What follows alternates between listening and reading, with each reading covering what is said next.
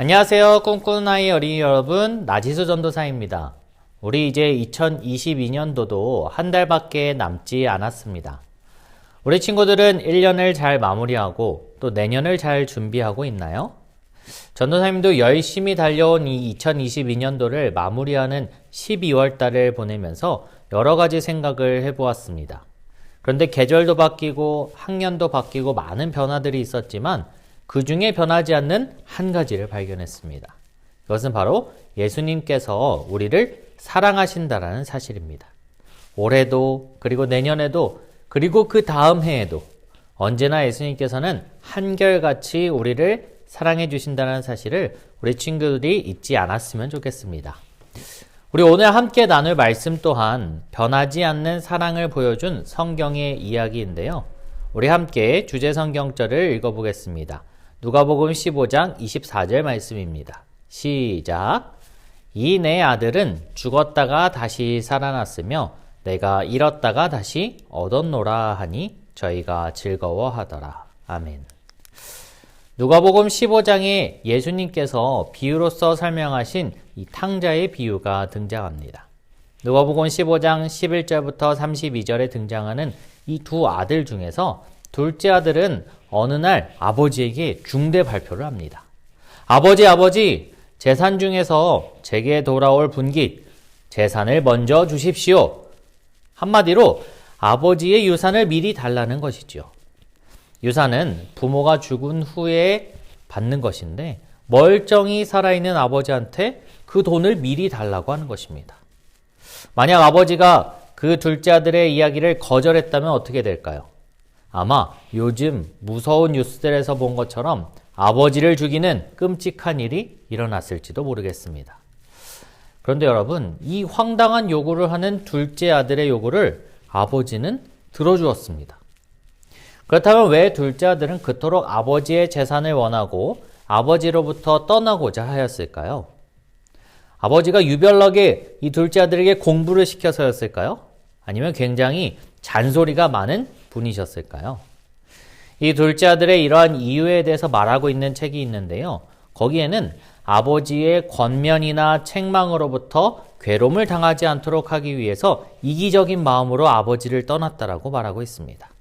그러니까 아버지가 올바른 길로 인도해 주기 위해서 하는 말을 듣기 싫어서 이 아들은 떠나기로 결정한 것이지요. 그렇게 둘째 아들은 아버지의 돈을 받아들고 더 멀리 아버지로부터 떠나서 자신의 마음대로 살 수 있는 곳으로 떠나갔습니다.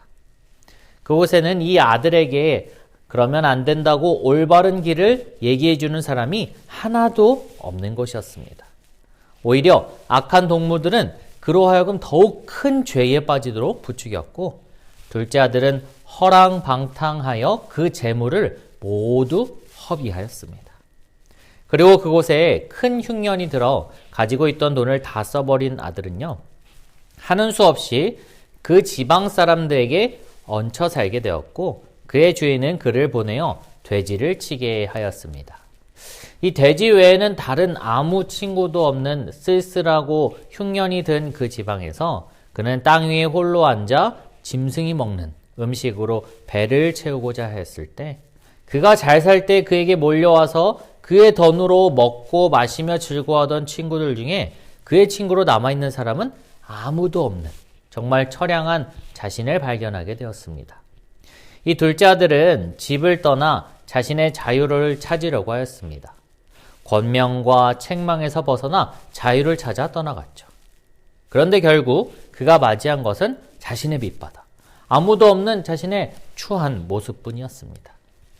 그때 둘째 아들이 생각난 사람이 있었습니다. 그 사람은 바로 아버지였습니다. 왜 그로 하여금 아버지가 생각났을까요? 아버지의 존재는 자신을 얽매이는 존재이며 떠나가고 싶은 존재였는데 말이죠.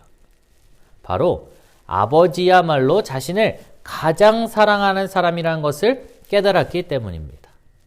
이 둘째 아들은 자신의 죄를 회개하고 지체 없이 즉시 행동했습니다. 그리고 아버지는 하염없이 기다리던 그곳에서 드디어 아들이 돌아오는 것을 발견하고 그곳으로 오기까지 기다리는 것이 아니라 직접 달려가 목을 안고 반겨주었습니다.